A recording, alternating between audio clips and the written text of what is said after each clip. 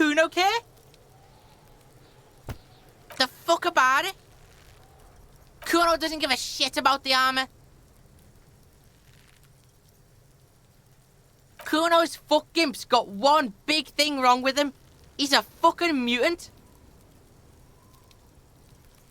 Look at him. Fucking growth hormone shit. He's a giant. The armor's too big for any man. Kuno doesn't give a shit about that freak armor. Kuno threw that shit away. Kuno tried to get the helmet on. It was too big. Kuno kicked that shit in the sea, rugby style. That shit means nothing to Kuno. Yeah, that shit means nothing to Kuno. Kuno doesn't give a shit about material shit. Kuno's a fucking monk. You wanna fuck on someone about that armor? Go fuck the mustached union fuck. The jolly troubadour shit at the gate. Yeah, cock and boot. You know that jolly union cow fucker? Came around talking about cows or some shit. Came around pretending like he cares about cows. So yeah, he's the one you want to talk to. He's fucking crazy about that armor shit. Coming here pretending like he likes cows. Trying to catch a peep at Kuno's armor. Go to the gate. Ask him yourself. Curious, my liege. Why did Kuno feed you this information? Yeah, Kuno's doing charity today. Kuno Day. Kuno feels sorry for you two loser pigs. Kuno's doing pity now. Still, seems suspicious. He may have it in for that guy. Or you may be paranoid. That is also a possibility, sire. You're testing Kuno's patience here. Get lost, Kuno doesn't...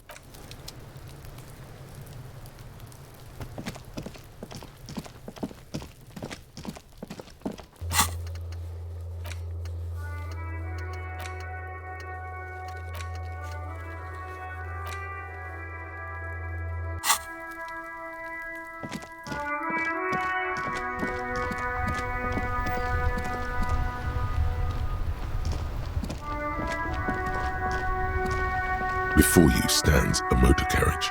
The bodywork is covered in blue and white livery, bearing the number 57. Vapor emanates from the large engine on the back of the vehicle. It hasn't had time to cool off yet. This must be the infernal machine that tore you from oblivion. The Caprice Kinema motor carriage. In the cabin, you are welcomed by a set of steering levers, a radio microphone on a hook, a pull-out toolbox under the seat, and the soft glow of the fuel preheater gauge. A metallic drawer slides out from under the seat and clicks into place. The tools inside are neatly organized.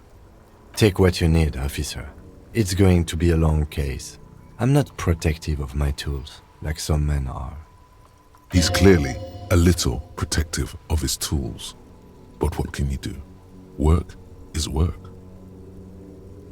The pry bar feels nice and cold in your hand, heavier than you'd think. Useful for opening all sorts of doors and lids. The handles are long and sleek. Snap, snap go the cutters in your hand. It's robust, weatherproof and well made. Police issue, blue. Lets you see things in the dark you would otherwise miss. The pull-out toolbox slides back into its nest. Preheater gauge casts a warm glow on the steering levers and the radio on its hook. The frequency tableau lights up and the green button labeled Prime Line glows like a feline eye. And then you hear something. The soft purr of electrical kittens. Radio waves cast far and wide over the metropolis. A woman's voice greets you through the static. This is Precinct 57. Hello, Lieutenant. How may I assist you? Hello, Alice. Please assist our colleague from the 41st Precinct here. I'm putting him on. This is Officer Alice Demetri, Precinct 57. How may I assist you? Sure, officer. What's the number? And the make of the armor, if you know it. Got it. I'll contact the ICP database immediately. Call back tomorrow. Hopefully they'll have dug up something useful by then.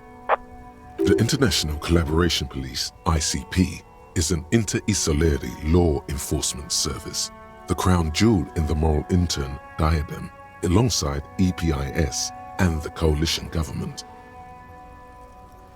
Of course. What is the number, officer? Yes, hold on. Her number is 005 1944 298. Received. Hold on, officer.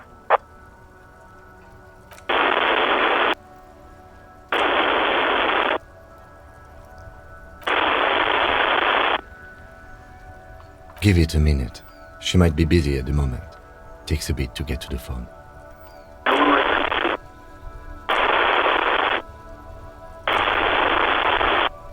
Officer, I have Sylvie Malaika on the line for you. Yes, hello? Oh, right. Hello, officer. What can I do for you?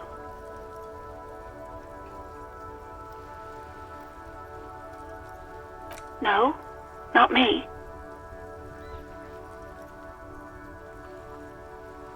What? Of course it bothered me.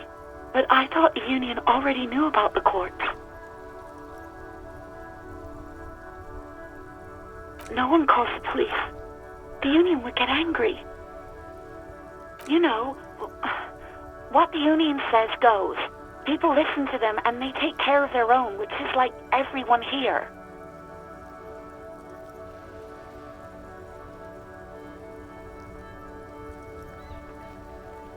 Legally, no. In reality, yes. Martinez is de facto policed by the dock workers' union. Words are not necessary to feel the lieutenant's discontent for the situation.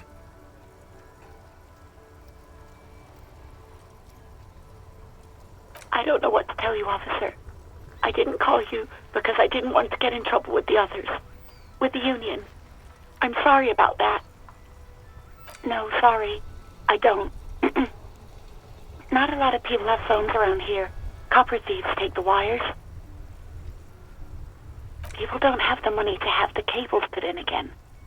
They use the union's phone, or the one on the coast. So the union has a phone, and there's one further down the coast. Got it. It was someone else. We'll find them sooner or later, officer. It just might take a while. Yeah, go on. Well, you tried to jam it down the toilet, sir, clogging it completely. After I had unclogged the toilet and retrieved the paperwork, I threw it out in the trash, thinking you didn't need it. I am sorry about that. Anything else, detective? You mean, why did I leave the bar? Honestly, I'm not really comfortable discussing it with you, sir. Why not?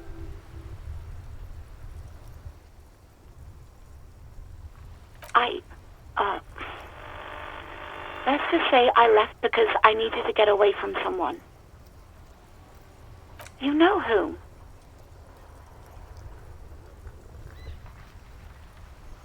What? No, why would you even think that?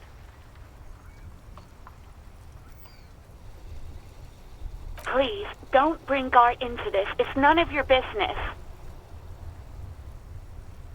I already said I don't want to talk about this. You're messing everything up again.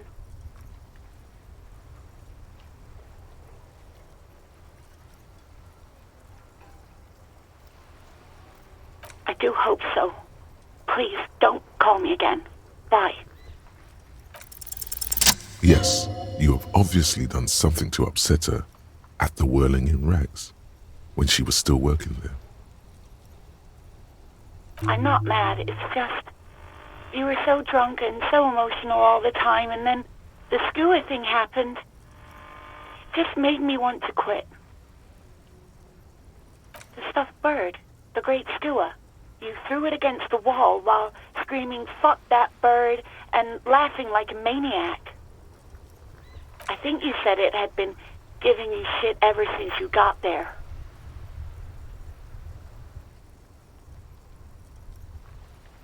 It was a pretty bird, there since I started working in Whirling. I really liked her. We call her Scotty. Yes, obviously. You were the worst client I've ever seen. And I have seen so many assholes in this place. I've had sailors fighting, union guys grabbing my ass, kids stealing booze. Once a guy was glued to the karaoke machine every night for 2 months. But you... Well, you were worse than all of them. Honestly, you were getting borderline aggressive. Even about little things like not turning down the volume at 3 a.m. I even liked one of those songs you kept listening to on repeat. No more. I hate it now.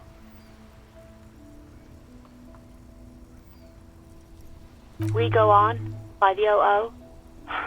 I can't listen to it anymore. You've turned it into a parody. To hell with that song. Then there was your room. Your project. An experiment to see how bad it can get in there. I tried to send the cleaner, but you wouldn't let me. Threatened to make me understand.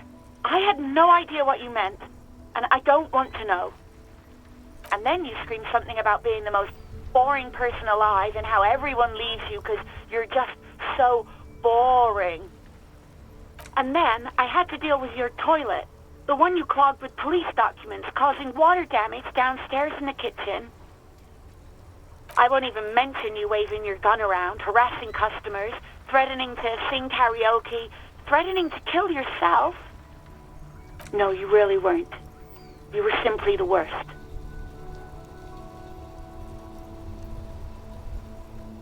God, I knew I shouldn't have brought it up. Just try not to call me again, and let's pretend it never happened. You hear a sigh of relief on the other end of the radio. Wordless, the call breaks. Then, the already familiar voice. Anything else I can help you with, officer? Just a second, officer.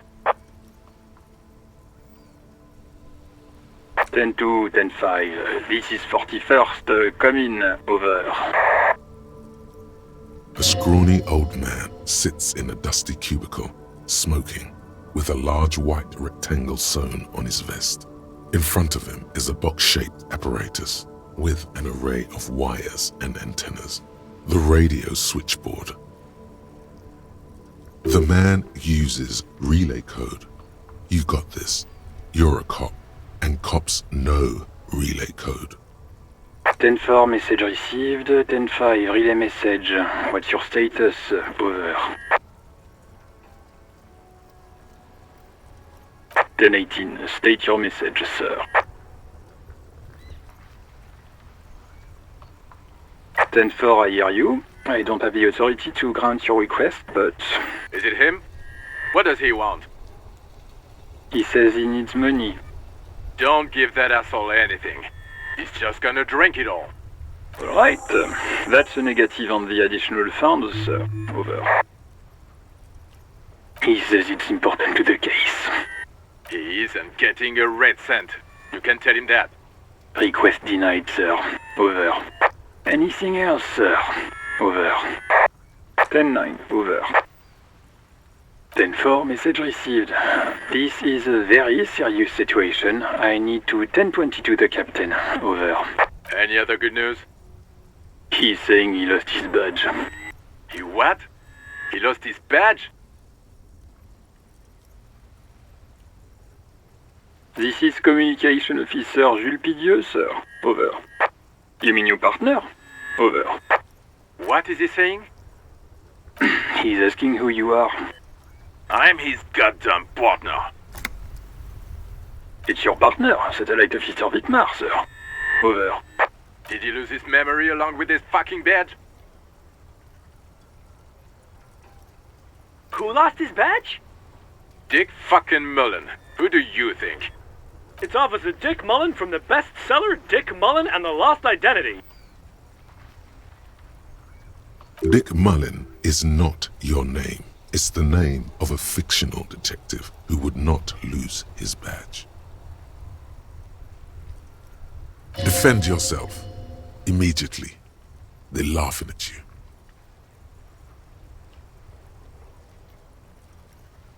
10-4, I hear you, officer. I'm just going to make a note here that you are in pursuit of your misplaced badge. Over. Fuck me. Mac, come here. You've got to hear this. Dick Mullen lost his badge. What's going on? Super Cop here lost his badge. He lost his what now? His badge. He lost his goddamn fucking badge. 10-9, come again. I didn't get that. Over. New heights even for Captain Sober. Ask him. Ask him if he's lost his gun, too. Sergeant Orson wants to know if you lost your gun too. Over. Oh, fuck. Even before you can get the words out, everything gets scrambled in your brain.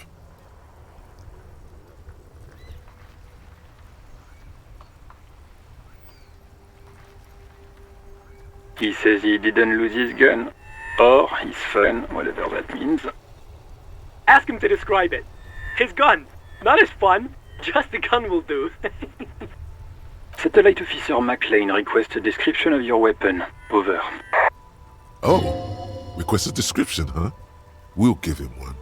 Describe the plasma gun.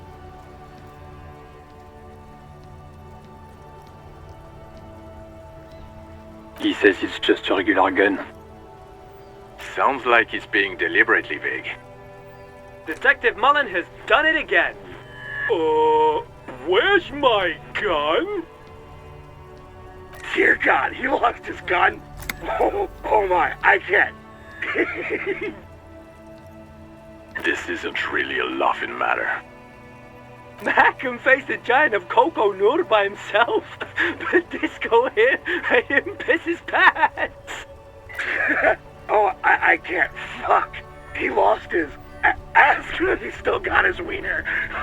Oh man. I'm not going to. Ask him.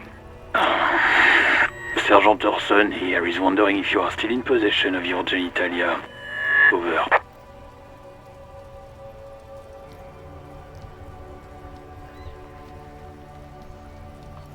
He acknowledges your joke and asks you to lay off. Lay off? Lay off? Tell him we'll lay off when he retrieves the goddamn police property that he has been entrusted with. Satellite Officer 10-4, affirmative. Officer is in pursuit of his firearm. Oh God, Officer, do you need further assistance? Over.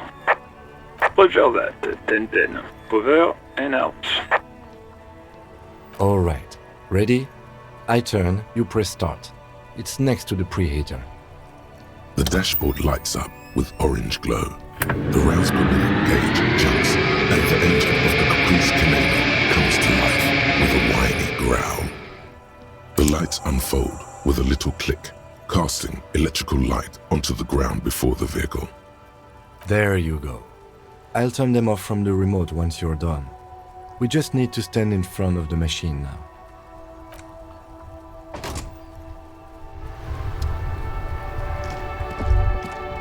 As you hold your ledger's clip under the headlamp, an iridescent hologram appears. A street grid and the veins of a great river. A familiar sensation washes over you. There she is. Revachol West. Around the borders of the watermark are dozens, no, hundreds of micro-perforations. The rectangular watermark is overlaid with the logo of the RCM, and yet the major arteries of Revachol are all recognizable. They shimmer in the Kanema's headlights. A rat brazenly darts past you and disappears amongst the stopped lorries. In the distance, a child somewhere shrieks. A woman reprimands her in a voice no quieter than the child's cry. Ah, Martinez. Let me see. Right here. Oh yes. Coal City. Le Royaume. The burnt-out quarter. There are many of them, and they are divided into 3 separate rows. The first row has 18 dots. The next is the longest. It runs all the way around the border and then some. You count 216 perforations. Considering that nice, large number, a wave of pride washes over you, though you can't say why precisely. The last row has 3 perforations. That's it. Those are perforations. They represent your record as an officer of the RCM. They are your statistics, as it were. I should have guessed you'd keep a record. Officers often do. Let's take a look. Alpha male officers who are proud of their numbers often do. It's meant. The first row represents your years of service. 18 years. Okay, not bad at all. What did you do before you volunteered? That's what it says. I might have guessed even longer based on your age. What did you do all those blissful years of your youth? No shame in working a regular job, detective. Sometimes after a long day of doing this, I even envy it. Let's move on, shall we? This next row, the one that wraps all the way around, is your number of closed cases. Closed is good. It means finished. You've got, let's see... Wow, more than 200. It's quite a lot, even for someone who's been on the force for nearly 2 decades. Usually, clearing more than 10 cases a year puts you in the 90th percentile of all RCM officers. Call it what you want. You are a valuable member of your precinct. Now, let's look at the last row. Right. Those are your confirmed kills. You've got precisely 3 perforations there. For an RCM officer, especially Precinct 41, which is in the Jamrock quarter, it's rather tame. I mean that in a good way. There are certain officers who treat their kills like some kind of ghoulish game. If they do happen to solve a case, it's usually by accident. But it seems as though you are, or at least were, one of the good ones. So we have that to be thankful for. Yes. Everyone has their own method of coping. Some more effective or self-destructive than others. Personally, I find it helps to keep up a few hobbies. Oh, this and that. Let's not get into it now. Why not gardening? You've already got the gloves. It's meant in earnest. Please don't mistake it for a jab. The lieutenant nods. Right. I'll go turn off the lights. You can now see your statistics on your journal page, to the right of the task description.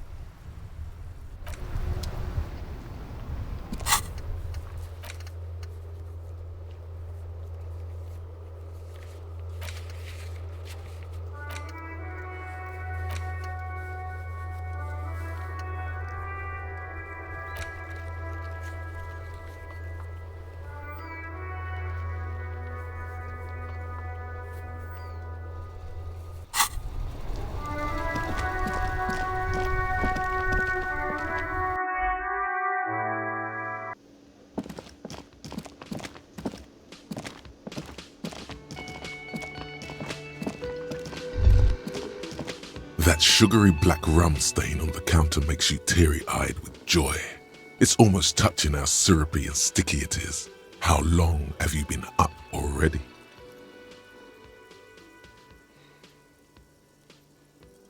Oh, excuse me. Do you have something better to do than lust for sweet syrupy rum and lemonade? With a twist of lemon? Maybe lime. Maybe who cares? Just rum.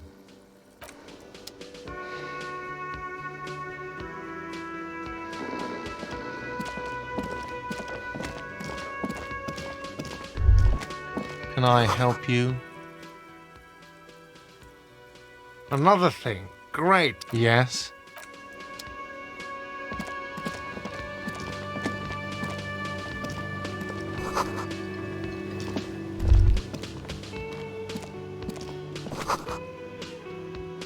You see a heavy steel door with a prominent dimple lock. It's painted blue. You immediately feel drawn to the color. Blue is for mystery. You do? It's a door in the back of the kitchen. Why do you care where it leads? It is quite pretty. I suppose we could look into it as a side investigation. It's hardly a side investigation. You already have a name for it.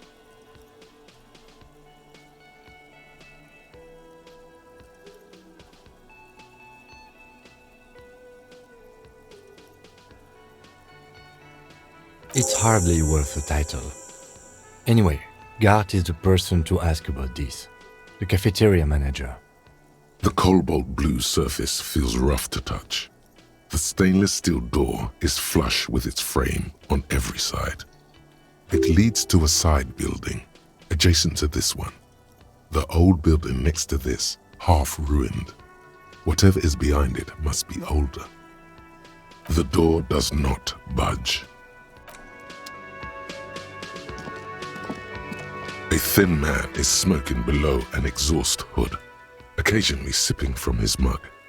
This must be the Whirling's cook.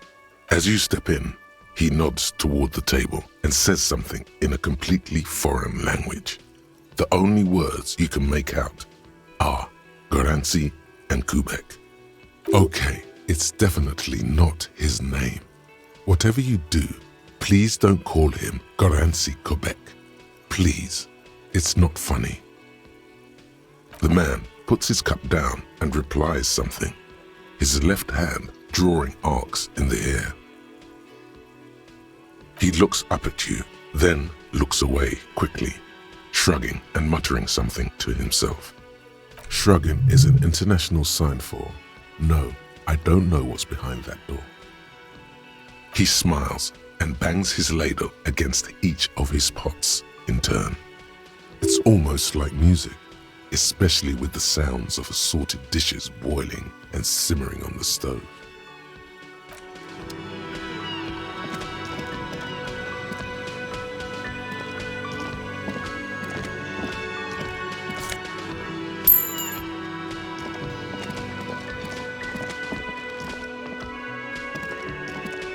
Can I help you?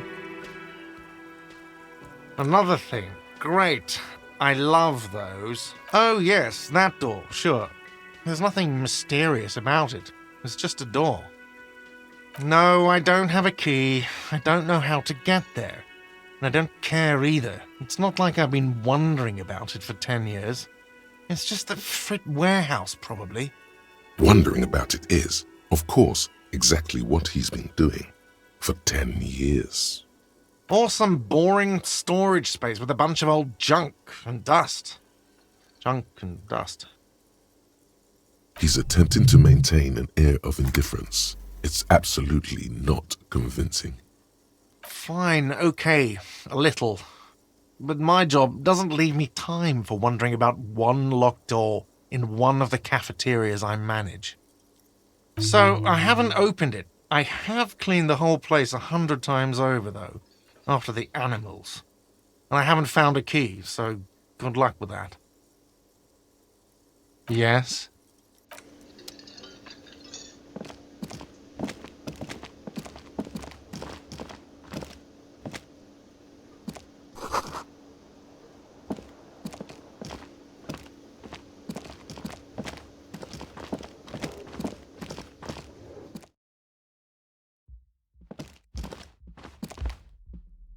The door is closed. Still no answer. This door can... Still nothing. The lieutenant gives you a quick glance.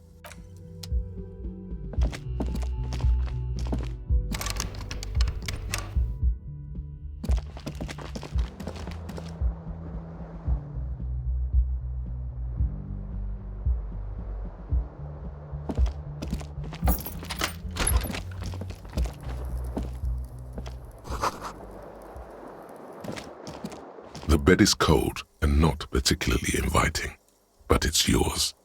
The sheets look awful. The option to go to sleep becomes available every night after 9 p.m.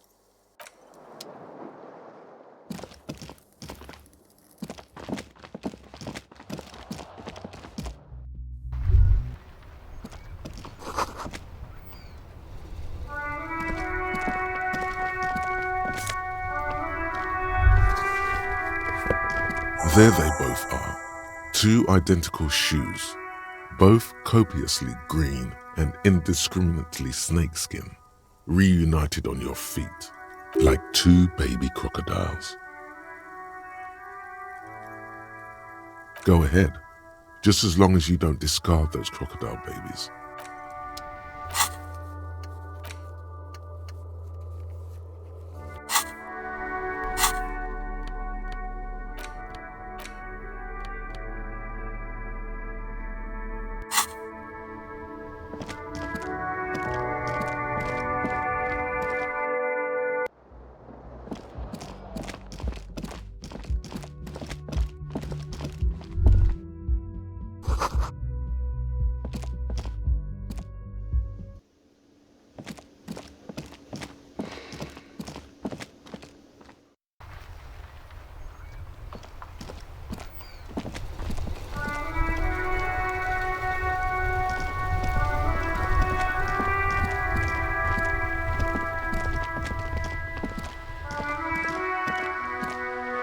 Hello, sir. Step right in. The store is open. Are you interested in a new and exciting book? Okay, sir. I'll try to answer any questions you have. I hope they're about books. My name is Annette, sir. My mum, her name is Plaisance. She owns the store. She's inside minding the register or organising the stock. Feel free to step in and browse our wares. I'm signalling that the store is open. Otherwise, people might not know. They'd miss out on the crime, romance, and biographies of famous people. Thank you, sir. I'm happy to help Mum out with the store. I do my studies at home at the moment. I have to help Mum keep this place running. Mum says it's necessary to do both because it builds character. Mum says a proper worker is dutiful. That's how you get ahead in life. You succeed. Mum says it's peachy.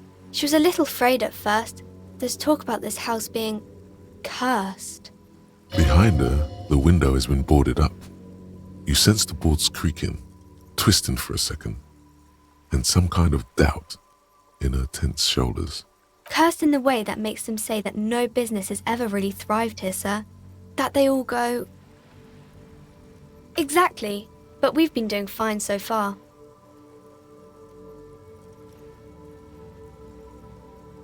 We can go into the bookstore and ask about the case, but I don't see much more to look into here. Yes. Please do also look at our wares inside. The postcards and board games are there, sir. Nothing really, sir. Mum doesn't allow me to sneak around in the back rooms or the cellar. I don't really know what's there. It does not manifest itself in any way. It does not exist. I liked it better when we were talking about whether it's appropriate to stand out in the freezing weather. No such thing. Anything else you wanted to talk about, sir? Maybe I can tell you about some of our books instead.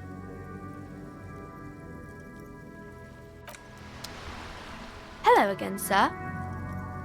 Crime fiction is about murders or burglaries or things like that, and the work of a policeman or a private detective who's trying to solve a crime and catch the criminals.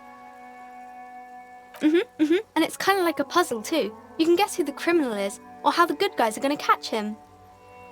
You don't look much like a policeman. Didn't mean to offend, sir. Sorry, sir.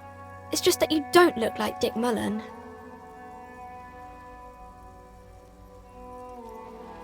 Head, yes. Not head, child. Heads. Isn't that very dangerous?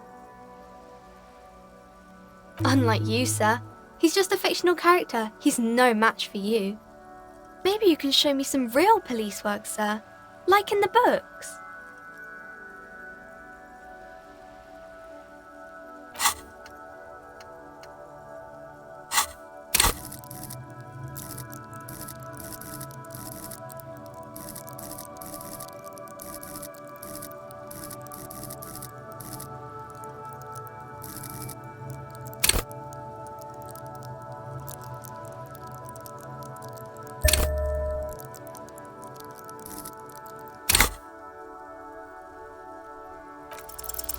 The girl keeps her hands folded, hidden. Why is that? What do you mean, sir? She looks around anxiously. Her hands remain folded in front of her. She doesn't want to show them. The lieutenant stands by, looking at the two of you with little interest. She brings out her reddened hands, her nails frayed, nearly chewed down to the flesh. And you knew this from me keeping my hands folded? Well, that proves nothing. Anyone could do an easy deduction like that. She nods, half provocative, half enthusiastic.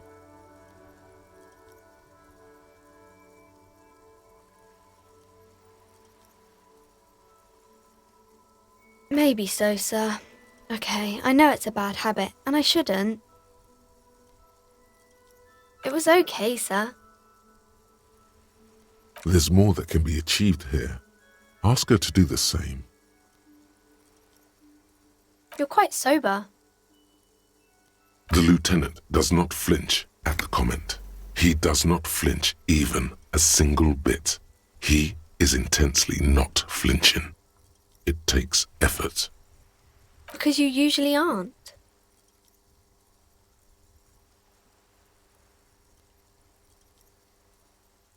I sure hope you are, sir. There she stands, swaying on her feet, assaulted by the early spring breeze. She smiles at you. The whole situation suddenly feels familiar, somehow. There's something you're missing.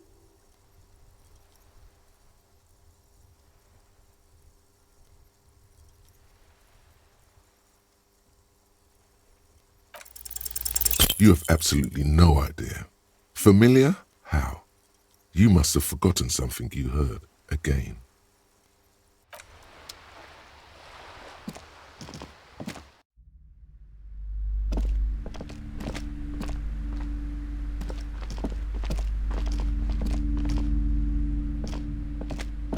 Welcome to Crime, Romance and Biographies of Famous People.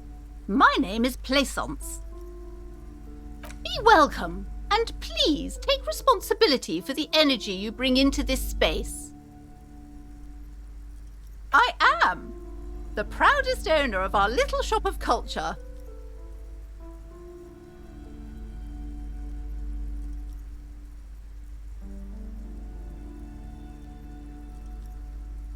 Annette, yes, my daughter. I hope she wasn't slacking off again with her nose in science fiction.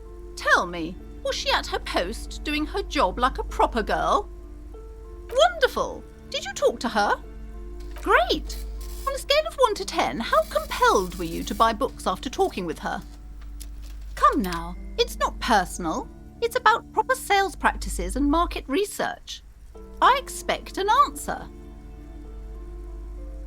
My precious, her dedication brings joy to my heart. If you have children, I hope they turn out as great as my Annette. God, I've told her not to do that. It's such a disgusting habit. She'll get over it. Anxiety is a part of life. She can, if she has enough willpower. This is what's called growing pains. Life isn't easy. Life doesn't give breaks. Come on, ma'am. It's obvious she can't do anything about it. You are placing an unnecessary burden on a young child.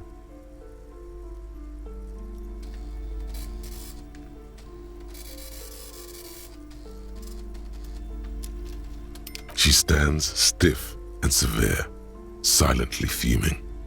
10 or so seconds pass without change. She's looking for one, but there simply aren't any good arguments for being an asshole. Oh no.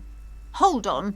I need to invite her inside and apologise. She must be freezing out there. There. I don't know what to say to you. My husband, he tries to teach me business lessons. I have what my mother called a dull mind. All this stress. Yes, I'm afraid so. A real treat she is. It would be nice if she had... No, we couldn't have afforded more children, really. Not in this economy.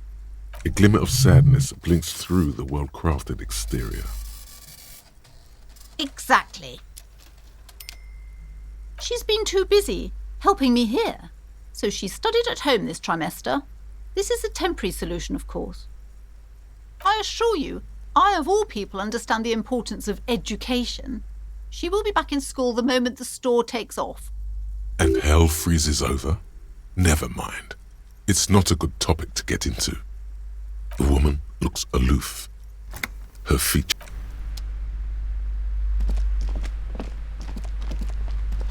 I'm sorry, sir. I can't talk right now. I'm very busy with my homework. I have so much homework now. You just can't win. Out of the rain and into the gutter.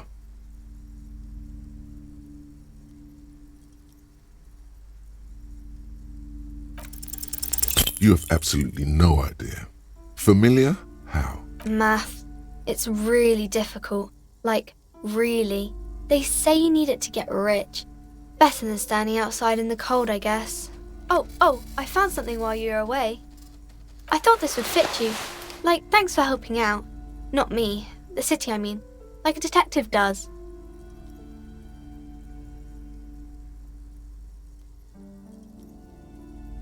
Yes, I bet it looks good on you. Really serious. Right, I have to get back to my homework now, before Mum notices.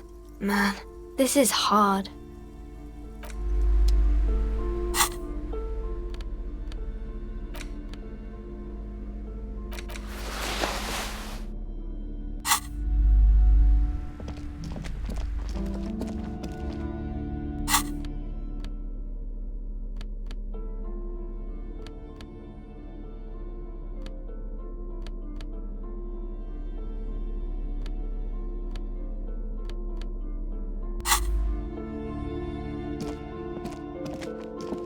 You see a set of tattered curtains blocking the way to another room. A strange cage-like trinket dangles from the curtains. Excuse me, officer. The back room is strictly for employees only. You see some kind of charm, an irregular polyhedron assembled from bones, sticks, and straw. Inside, a disturbing fish head with empty eye sockets stares at you. This is a traditional Seminese ward, meant to provide protection against ill luck, bad dreams, curses, and other supernatural scourges. Inhabitants of Île de Fantôme, the Seminine Islands down south. Aside from poking at it suspiciously, there is nothing else to do with the fish head charm at this time. The curtains remain shut before you. Nothing. Why aren't you browsing the books? Don't you feel compelled to look at the books? You ought to. She speaks almost as if she's trying to put a spell on you, urging you to buy more books. Oddly enough, the more she tries to draw you away from the curtains, the more alluring they become. Just as you're about to pull apart the curtains, the petrified voice of the shop owner cries out once more. Sir, don't touch that. I told you it's off limits for the customers. Parapsychologically speaking, we're done if you decide to open them. I won't be held responsible for the consequences. It's too dangerous. She looks away, mumbling. Why is everyone always messing with the curtains? Why can't they just buy books like normal people? No, it's just a storeroom for the employees, I told you. Now please step away from the curtains. You do?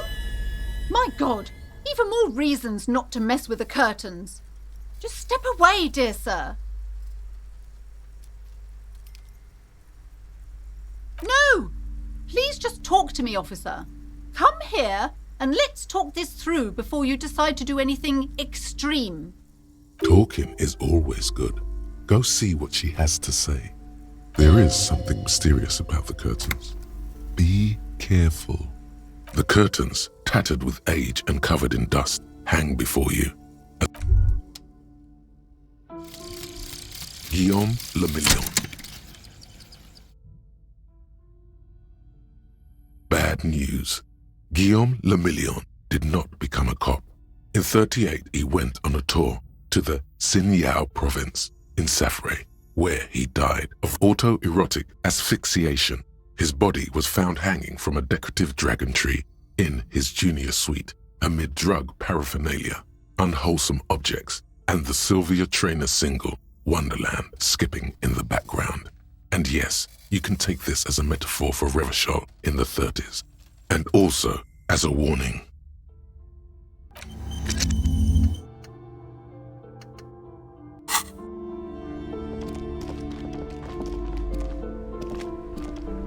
Hello again, esteemed officer, and welcome to Crime, Romance, and Biographies of Fame. I already told you, it's just a storage room for employees.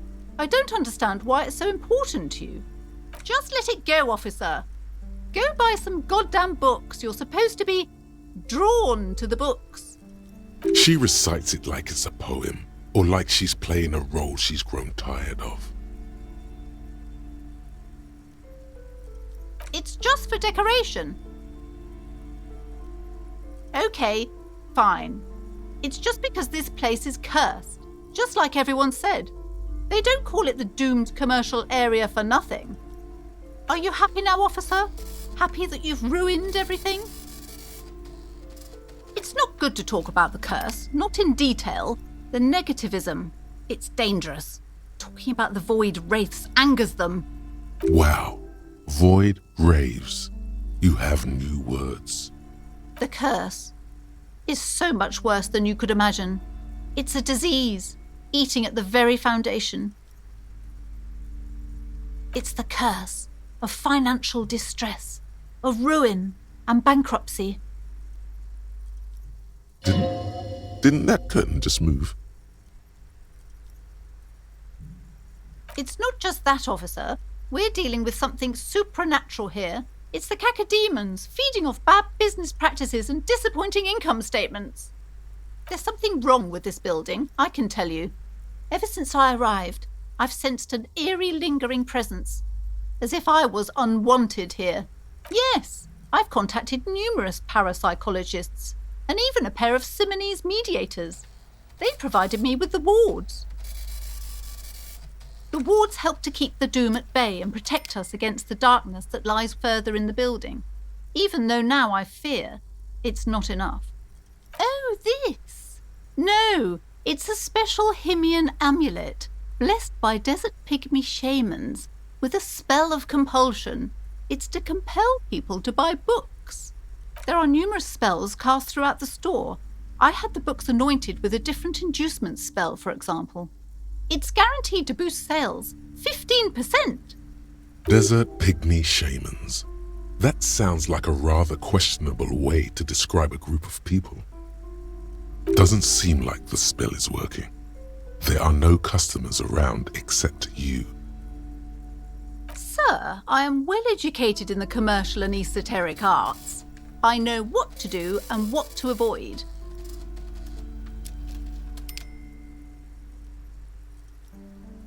You're right. A bookstore wasn't even my original plan.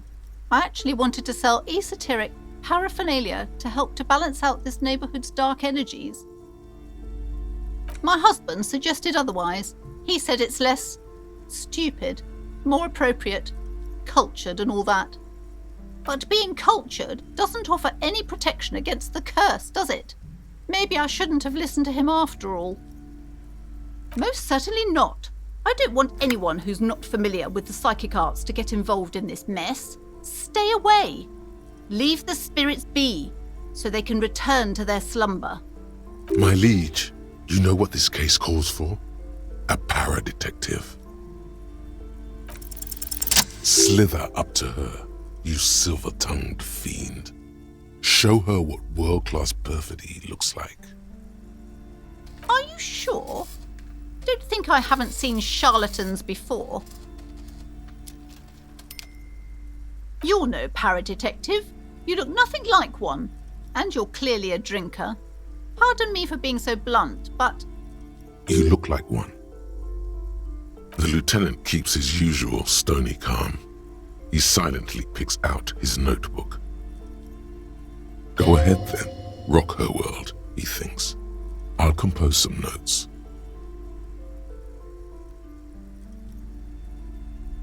How do you know all this?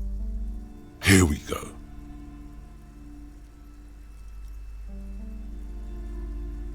You're part Simonese. Oh, it means our meeting couldn't have been mere chance. The hand of fate guides us. But I am not the only one at risk.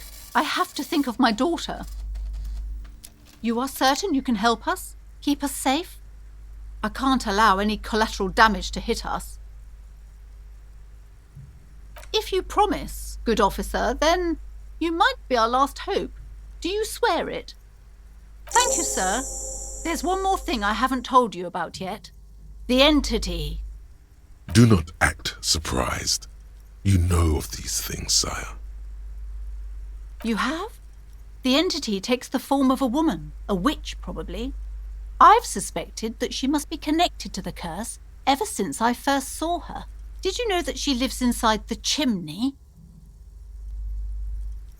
Yes, that chimney is part of the building's central furnace, and it's enormous. She has barricaded herself behind some metal security curtains. God knows what she's doing there. Some unnatural magic, I assume. You should go find the entity and ask what happened to all the companies in the building. What is the source of this curse? Here's the key to the warded door behind the curtains. Take it. Oh, and please do return to me after you've looked round. I'm quite anxious to know what she has to say about the curse. What you discover in there. Unbelievable darkness and ruin. What you discover? Probably just some office space. Don't be scared.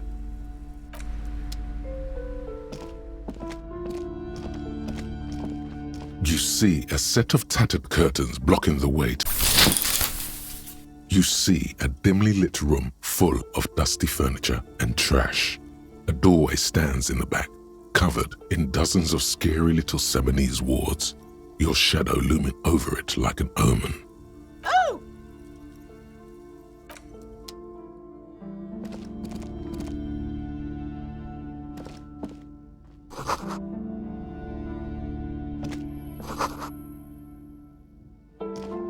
A heavy door with a missing handle stands before you, covered in dozens, if not hundreds, of Simonese trinkets and charms.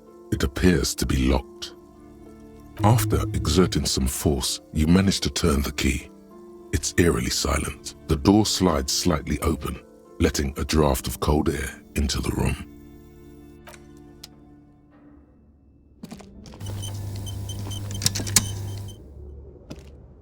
What is this place?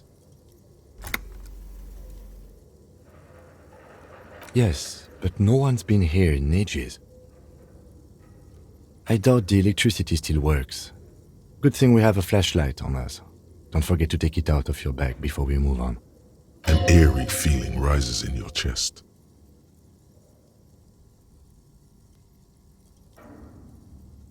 Sounds good.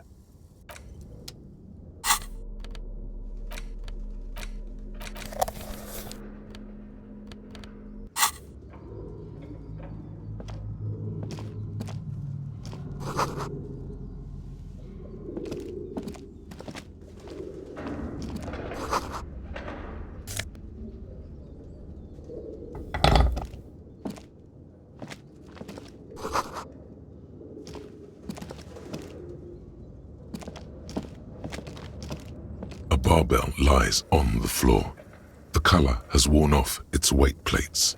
It's 60 kilograms. Your triceps hum at the sight of these weights. Show the world what kind of beast it's dealing with. Lift them. There are no collars on the barbell. This is a safety hazard. Why does it feel so familiar? No, it's not that. It's the stale smell of rubber, the squeaky sound of sneakers, your bruised knee against the mat, and a whistle. Then the feeling is gone.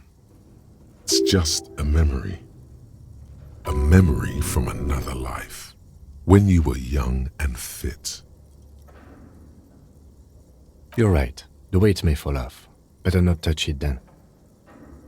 It would be a violation of EPIS safety regulations if the gym was still operating, but it isn't.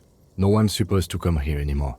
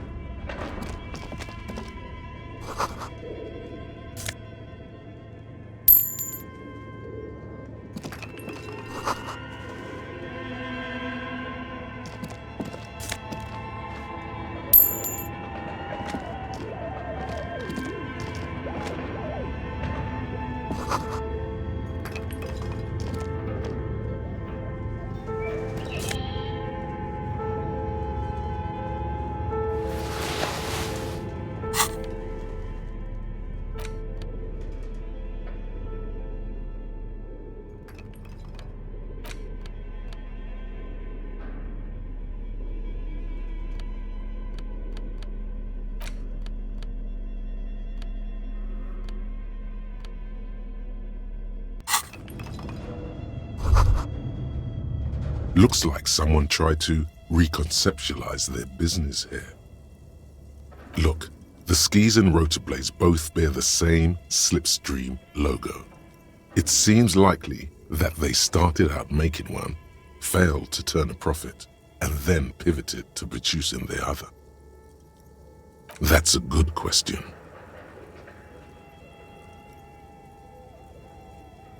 Reality is ruthless.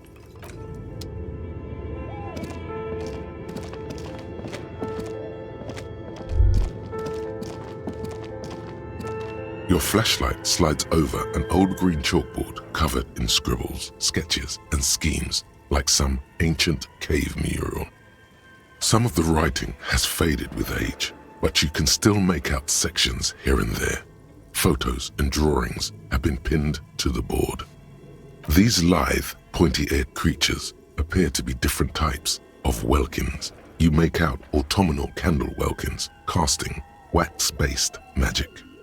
Translucent welkins with organs shining under their skin, and even ether welkins hailing from the vast emptiness of sidereal space.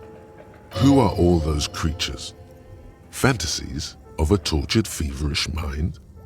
You should adopt one of those welkins as your persona. No longer a mere man, but a welkin. One of the welkins, towering among the rest, appears to be different, however. It's Vara Hamira, a high welkin, his face white and scarred like cracked marble. This is clearly a welkin supremacist. The note says, all non-welkin races will be purged. The Haldor, the Twarg, the humans, and even headless men, all of them, purged. Imagine a world filled only with welkin, green welkin, dread welkin, and the high welkin to rule them all. An inordinate amount of time has gone into drawing these little welkin creatures.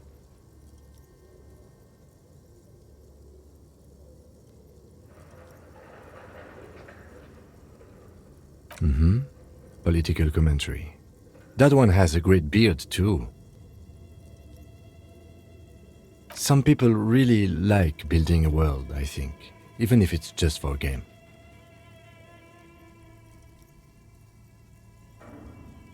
This looks like concept art for a project. It's not really real.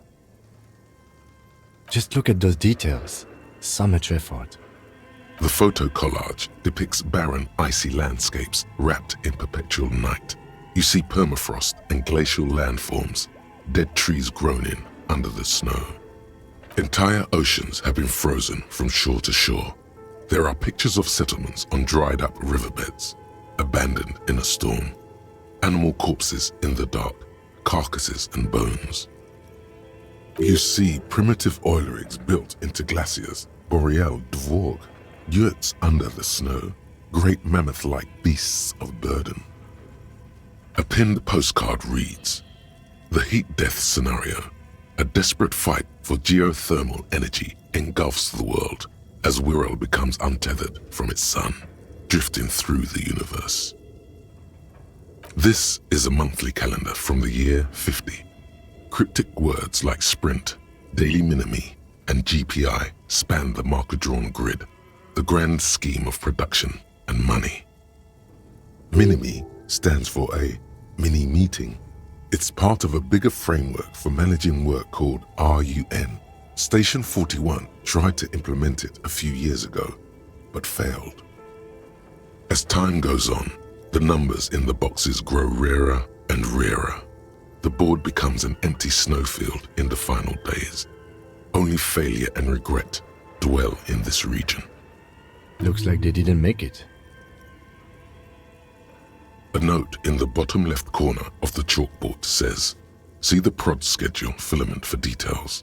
The handwriting is only partly legible, but you can still make out 3 slogans: "Call in, tune out," "Wirral untethered," and "Heat death of the universe."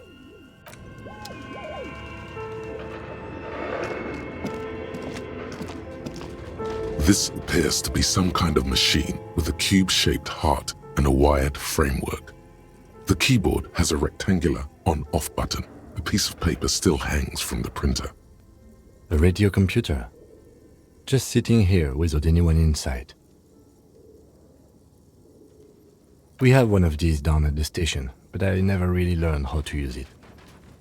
The machine lights up like some prehistoric animal stirring from its slumber, revealing fluorescent play and print keys on the keyboard. The hatch on the machine's central compartment is wide open.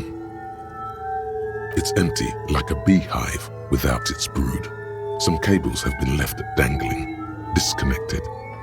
The filament you have would fit perfectly inside the compartment. Like a smooth draw, the filament slides into place. On the keyboard, the play key starts blinking.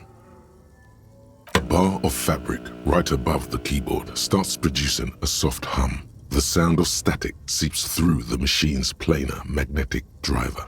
Have you stirred the ghost of the doomed commercial area from its rest? Could this be its dismembered heart beginning to flutter? The static gets louder, slowly filling up the abandoned hall, until a voice speaks out, crackling and old, cutting into the air. Good afternoon. Part3 accident en rue de Saint-Ghislaine. This is East Insulindian Repeater Station 1. Please repeat. Is this the production schedule?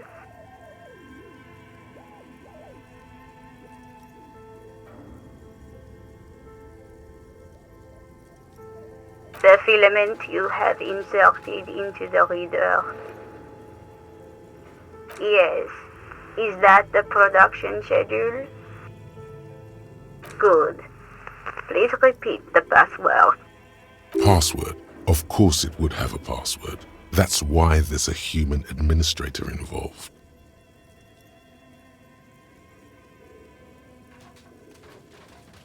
No. A hint system is not part of the protocol for repeater stations.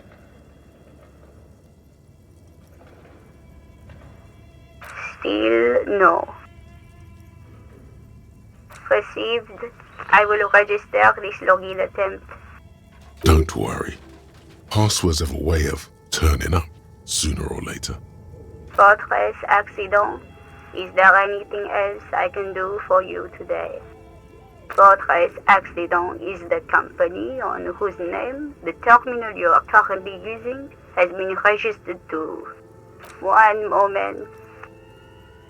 Part3 accident SCA produces revolutionary interactive call-in radio games. That's what the catalog says. That's not bad.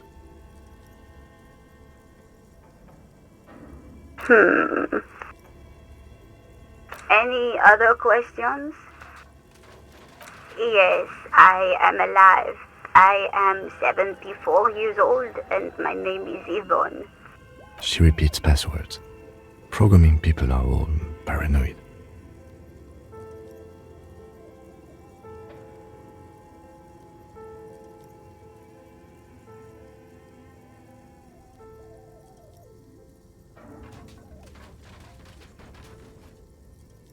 I work as a repeater at the East Insulindian repeater station. It's my job to know where you are, Fortress Accident. As for me, well, I am sitting in my cubicle, surrounded by a wall of radios. Now, please tell me if there's anything else I can do, Fortress Accident. Good. Please repeat the password. I am contractually obliged to protect the privacy of the filament holder, Fortress Accident. Without filing a warrant with Lintel, I cannot give you access to this filament. I'm afraid we are not doing that, unless we want to wait for a month. Now, can you please repeat the password? Received. Don't worry. Fortress Accident. Is there anything? Yes. She repeats passwords. They are merely cautious. It's my job to protect their filaments as a password repeater at the East Insulindian station. I work as a repeater at the East Insulindian repeater station. It's my job to know where you are, Fortress Accident. As for me, well, I am sitting in my cubicle, surrounded by... Now, please, thank you. Tiles on the cube are still smoldering, casting the framework in a soft glow. Nothing happens.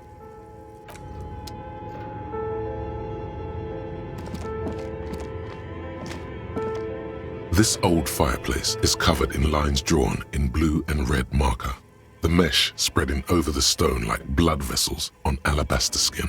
It looks ghostly and strangely ancient. The whole thing resembles Kadran mosaic tiles. Very pedantic. History classes, students with their textbooks open, studying the roots of our civilization. Those aquarelle blue tiles looked beautiful in the sun. Radio frequencies, it seems, UKV 123.6, UKV 123.7, UKV 123.9. Some written notes, too. Sparse and cryptic. Unclear. It looks like a cardiovascular system split into veins and capillaries. Very advanced. You think so? The web is comprised of radio stations, all lead back to one red heart, titled The Game Master Frequency. A note says, this one can listen in on any station it wants. Someone very important. The leader of a massive on-air game built by these people. A conductor for the hundreds of story threads that pass through the Game Master's frequency. Whoever decides to call in to a call-in station, it looks like. There's no way a little basement studio working here could pull anything like this off. My God. It's as if the less money they had, the more ambitious their project became. The schedule. I know doom when I see it. The company was running out of funding. Nothing. It's just lines on marble. An echo from times long gone. No one has used the fireplace in ages.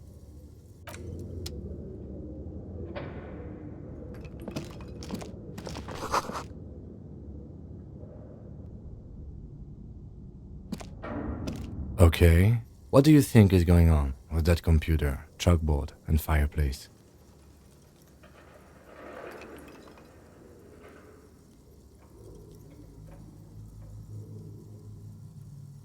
No, that's not it.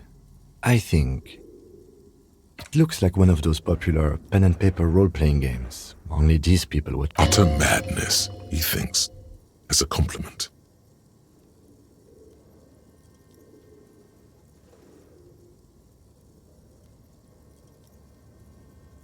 No idea. They stopped filling out the schedule on the chalkboard. Not to my knowledge. They make automated games in Graz, Messina, Königstein. You know, places with industry. Not in Revachol West, among the ruins.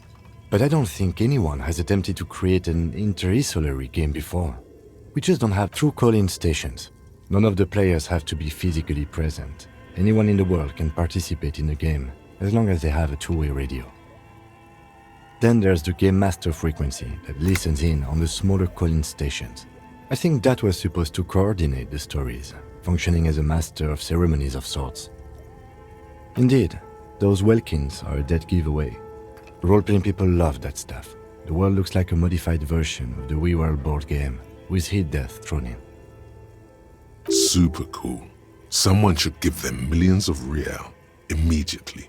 This game is too good to be left unfinished. Indeed, it's ambitious and untethered from reality, but...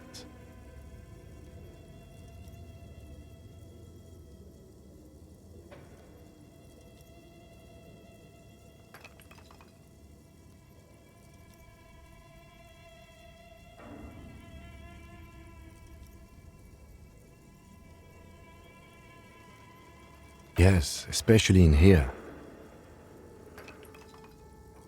Okay, let's keep moving. Yes?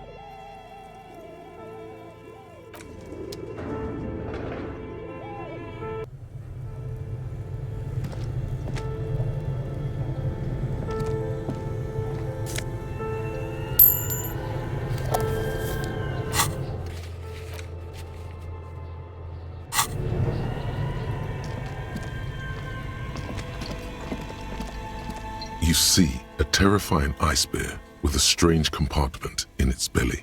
The door is covered in frost and the bear's eyes are glowing red. The bear looks oddly realistic. Is it taxidermy? The lieutenant doesn't answer. His eyes are glued to the animal. A sharp slice of light shines out from its mysterious belly door. A gust of freezing cold air rushes to greet you. You hear a low grumble as the bear regulates itself. This is the inside of a refrigerator.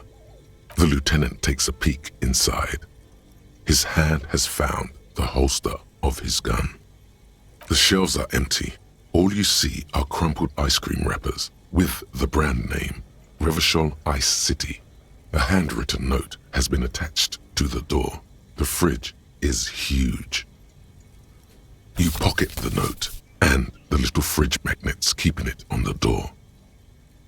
A friendly cartoon bear smiles back at you from a glossy cellophane wrapper. It looks nothing like the fridge. Good question. It looks like an ice cream fridge. I know. What an unfortunate marketing choice. What is even worse, the bear is still costing them money to this day. The fridge buzzes with energy. The electricity bill on this thing must be catastrophic.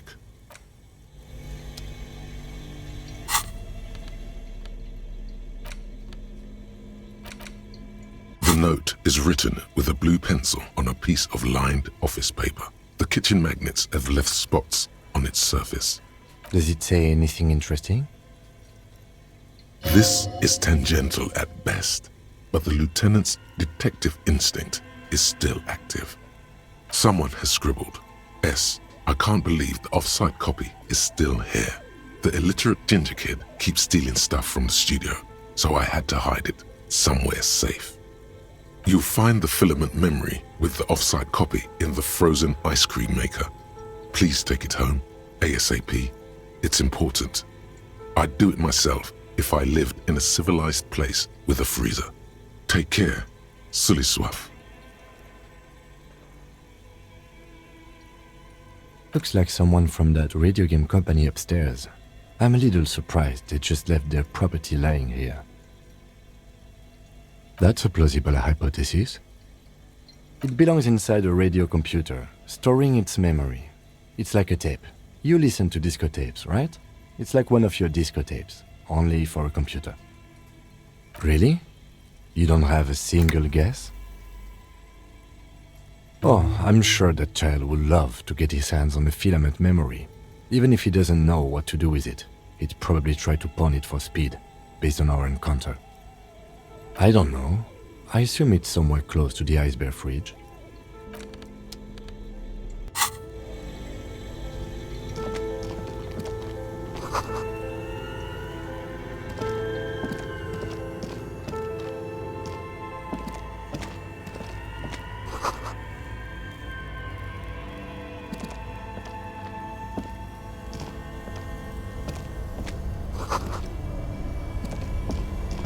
This orange machine is buzzing like an old submarine.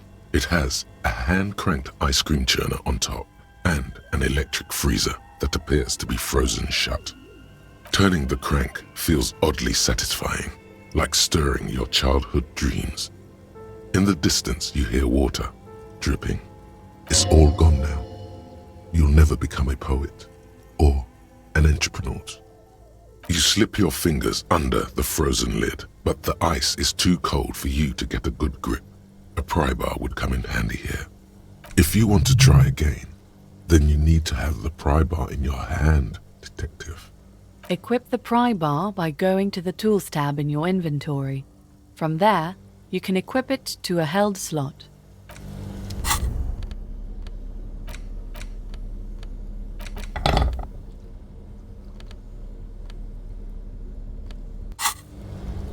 This orange machine is buzzing like an old submarine. It has a hand-cranked ice cream churner on top and an electric freezer that appears to be frozen shut. The ice squeaks beneath the pry bar. You could swear you succeeded, but the lid simply won't budge. You see the pry bar's metal handle bending right before your very eyes.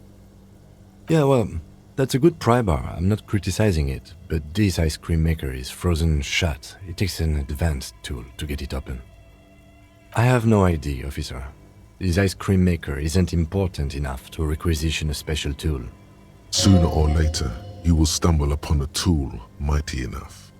Then we will know what's in this mysterious ice cream maker.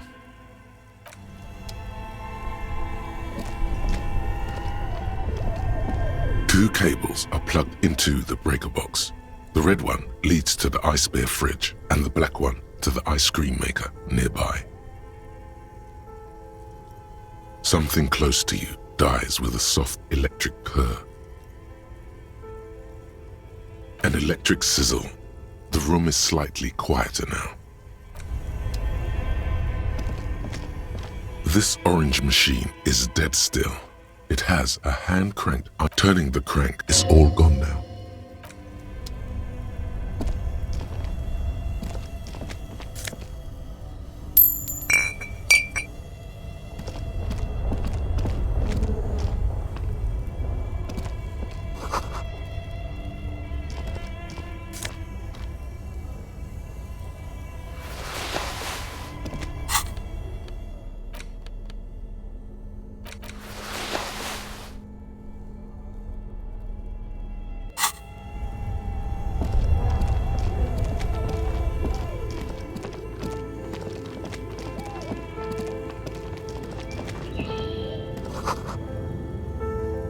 A thick layer of coal dust covers the furnace, coloring it pitch black.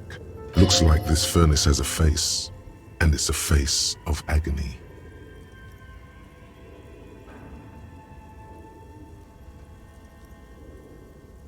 It's dark and grimy here. In the darkness you can hear chatter. It's coming from above. A voice or several voices talking to each other. Near the smoke chamber, upstairs. What are you doing?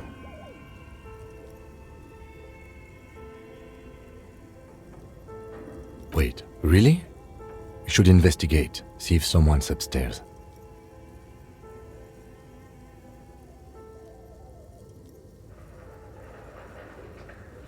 Looks like it. Looks like an old central furnace used to heat the building. It's connected to the chimney. No one has used it in ages. No signs of any recent fire. Only dead rats. You're right. The rooms do look like they're connected, but malignant entities don't exist, at least not the supernatural kind. Always has to be the skeptic, this man.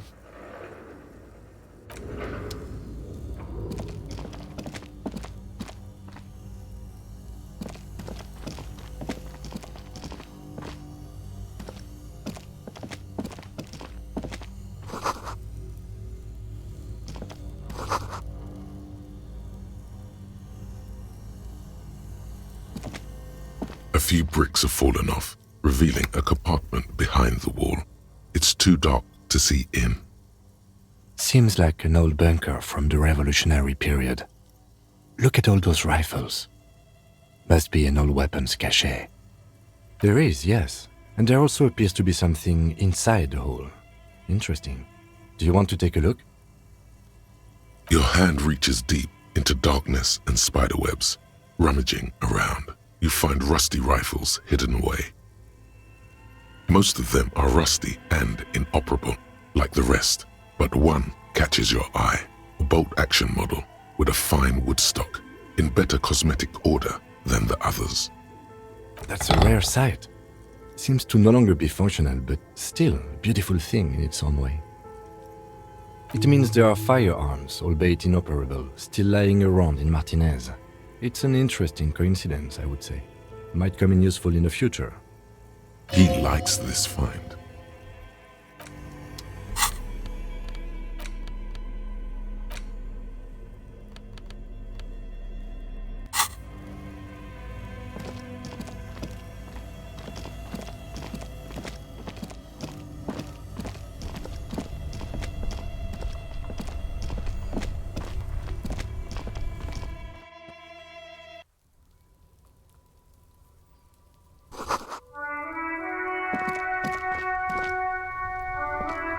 Yes?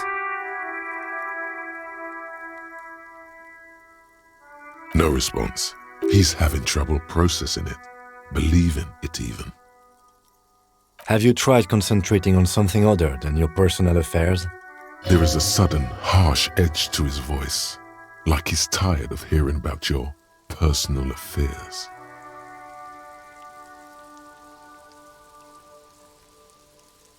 Focus on other people's troubles, not your own. That is a relief. A moment passes. The lieutenant glances at the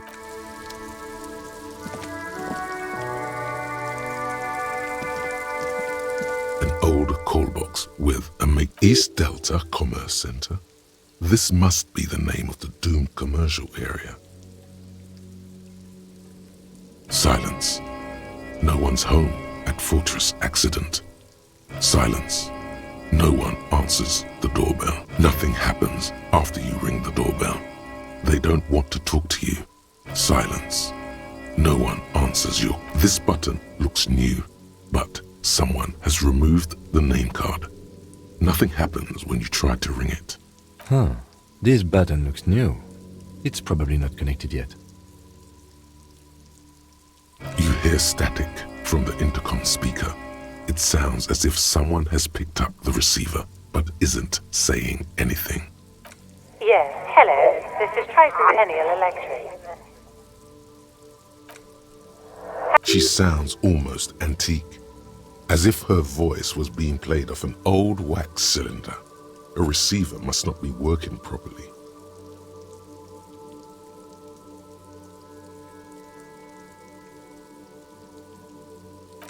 My God.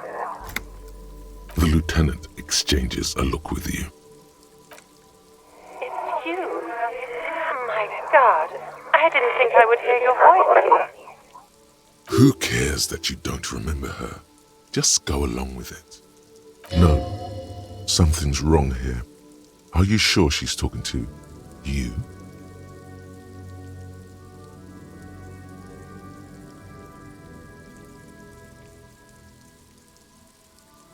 Michelle, just please. Why did you even call? I don't understand. You've been gone for months. I thought you didn't care. Ever Since I came to live here, it's been different. As if my mind's been wiped clean. A spot of static overrides her words. When she speaks again, it sounds like she's submerged. It's so nice. It's so nice to be able to finally forget.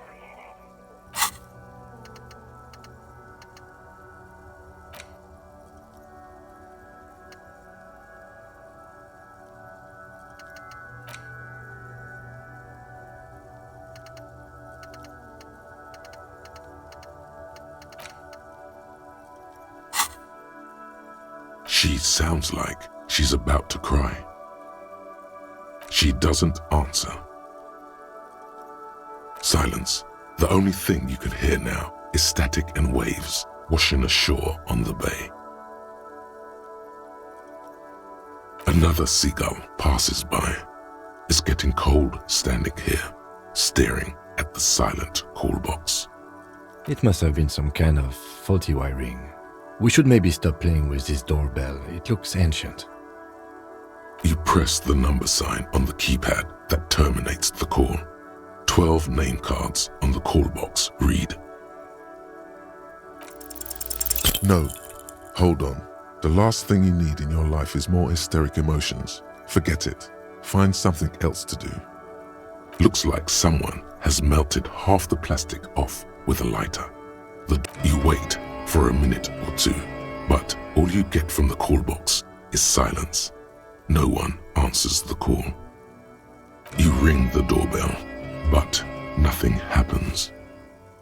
All you hear is static, but no one answers the call. You ring the doorbell, but no one answers.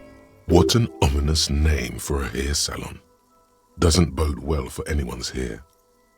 An off-key melody starts playing after you ring the doorbell. Then a woman picks up the receiver. Kuno, please stop calling here. Grown-ups don't have time for your stupid games. She thinks you're the gremlin child. What would he say to this? Oh, I'm sorry, officer. I thought you were... But the doorbell is broken, and the bookstore shouldn't even be on the list anymore, so I can't help you. Please don't call here again. Thanks. A single beep indicates that the line has gone dead. Lonesome, long way home. Here we go. Home awaits. Walk past Station 41 and through the market, past the Boogie Street spearhead to the other side of the lake, the frozen eye at the center of the district. Then past the video rental store on the corner. There, at the end of a street lined with pine trees, a small house no larger than a matchbox. 11 Voyager Road. You no longer live there. Those times are gone. And so are those people. Why did you come here? Why are you still here? And where's the dealer? You have to get back to work. That's all you have now.